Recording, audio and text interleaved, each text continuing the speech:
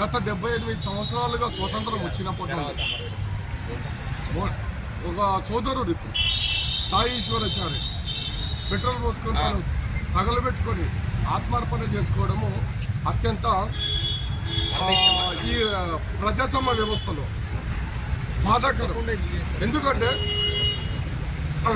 78 సంవత్సరాల్లో 60 సంవత్సరాలకు పైగా పరిపాలించిన కాంగ్రెస్ ప్రభుత్వము చట్టసభల్లో బీసీలకు రిజర్వేషన్ ఇవ్వాలనే కనీస ఇంగిత జ్ఞానం లేకుండా, కనీస బాధ్యత లేకుండా వ్యవహరించి బీసీలకు 50% పైగా ఉన్న బీసీలకు అన్యాయం చేసిన మొట్టమొదటి ద్రోహి కాంగ్రెస్ పార్టీ.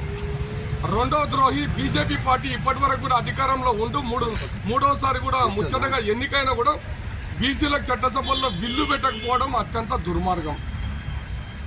బీఆర్ఎస్ ప్రభుత్వం కూడా గతంలో స్థానిక సంస్థల ఎలక్షన్లలో రిజర్వేషన్ల కోసం ప్రయత్నిస్తే మళ్ళీ ఆపిన కొద్దిమంది దుర్మార్గులు ఎవరైతే ఉన్నారో ఆ దుర్మార్గుల చేత ఆపబడింది.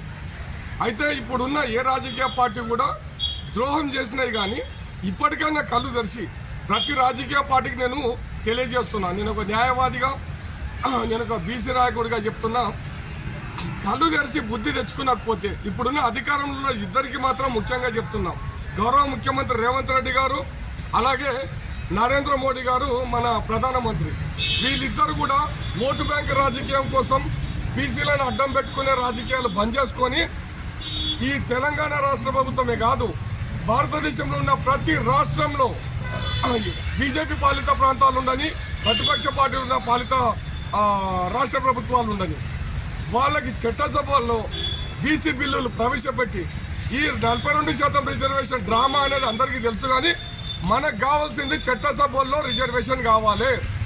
వికారాబాద్ జిల్లా వరకు తీసుకుంటే ముఖ్యంగా తాండూరు, కోడంగల్, పరిగి 3 నియోజకవర్గాల్లో సీటు ఖాళీ ఉంది. జనరల్ అంటే ఎవరొచ్చి కూర్చుంటున్నారో మనం చూస్తున్నాం.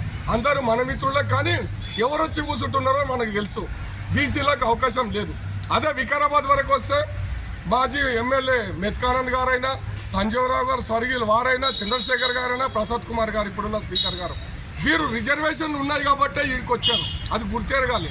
అదే బీసీ రిజర్వేషన్ ఉంటే మనం కూడా స్పీకర్ కాకుండా, మనం కూడా మంత్రులు కాకుండా చెప్పండి.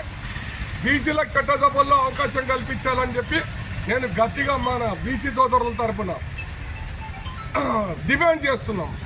ఈ తమ్ముడు ఎవరైతే సూసైడ్ చేసుకున్నారో రేవంత్ రెడ్డి గారు కళ్ళు తెరిచి ఇప్పటికైనా బుద్ధి తెచ్చుకొని డ్రామాలు బంద్ చేసుకొని బీసీలకు చట్టసభల్లో న్యాయం జరిగేటట్టు చూడకపోతే రాబోయే రోజుల్లో బండకేసి కొడతారనే విషయం గుర్తెరగాలని తెలియజేస్తూ ముగిస్తున్నాను.